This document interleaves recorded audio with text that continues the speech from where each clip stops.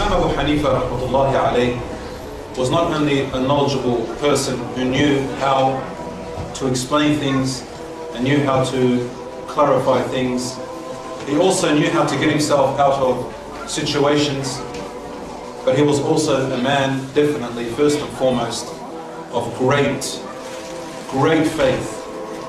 He asked his student, how was your teacher Abu Hanifa in character? And this is how he described it. He said, he was extremely pious. He avoided forbidden things all the time. He remained silent and absorbed in his thoughts most of the time. So he didn't speak much unless he had to.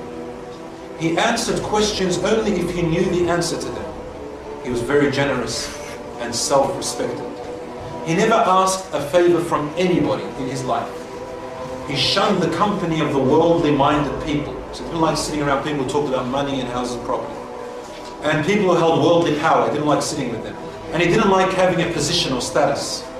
He avoided gossip and slander, and he only talked good things about people, even if there was bad to talk about them, even against his enemy. He only spoke well, or he was silent. Not like us today. If we hate someone, we mention every name under the sun to them. Abu Hanifa, even his enemies who imprisoned him and whipped him, he had nothing to say but only good, or he was silent. And this is wallahi the test in his life. He had profound learning abilities, generous with his knowledge as well as his wealth. This was Abu Hanifa. Imam Abu Hanifa was endued with intelligence beyond measure. Very, very intelligent. Look at something, he was full of reasoning, very rational person. Looked at things in common sense and looked at things from all perspectives.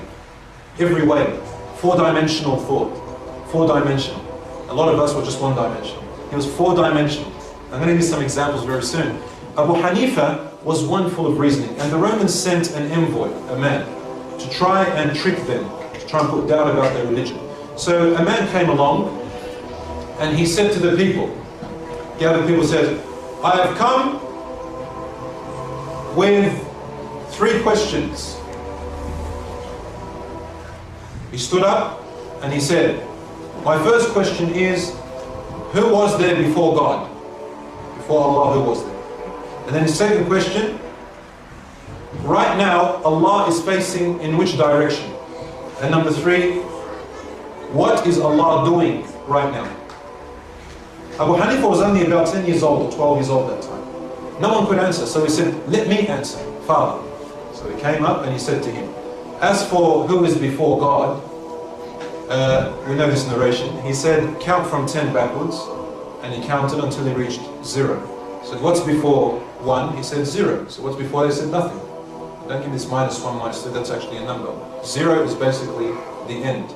And he said, what's before 1? He said nothing. He said, so the Lord of the worlds, the glorious Creator, how can He not be the beginner of everything when in actual common sense and logic, you count backwards and you end up with 1 and there's nothing before that. Then he asked him the second question. He says, what about God? Where is He facing? In which direction is He facing now?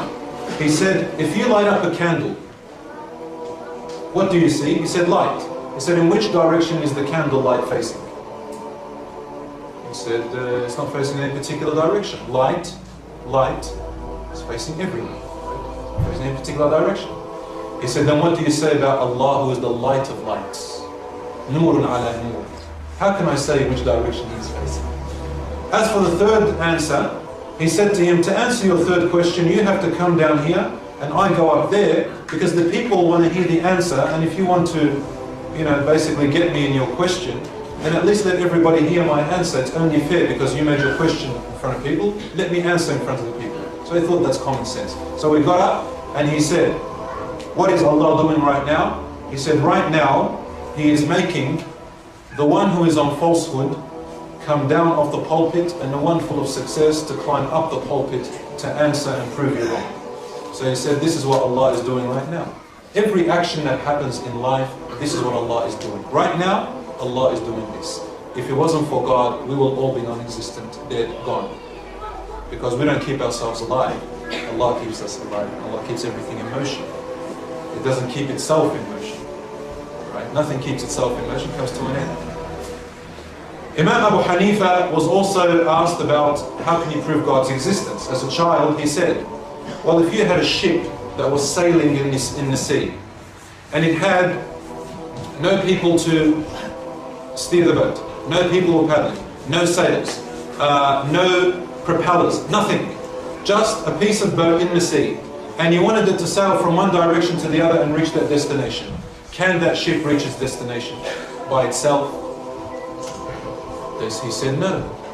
He said, well then, how can this world and your motion and your heartbeat and your existence and motion, all of that, live and go without someone controlling it? Just like the ship cannot control itself and maneuver itself without any electronics and without any satellite, without any of this, then how can you be able to move and live without someone guiding you and being your navigator and control?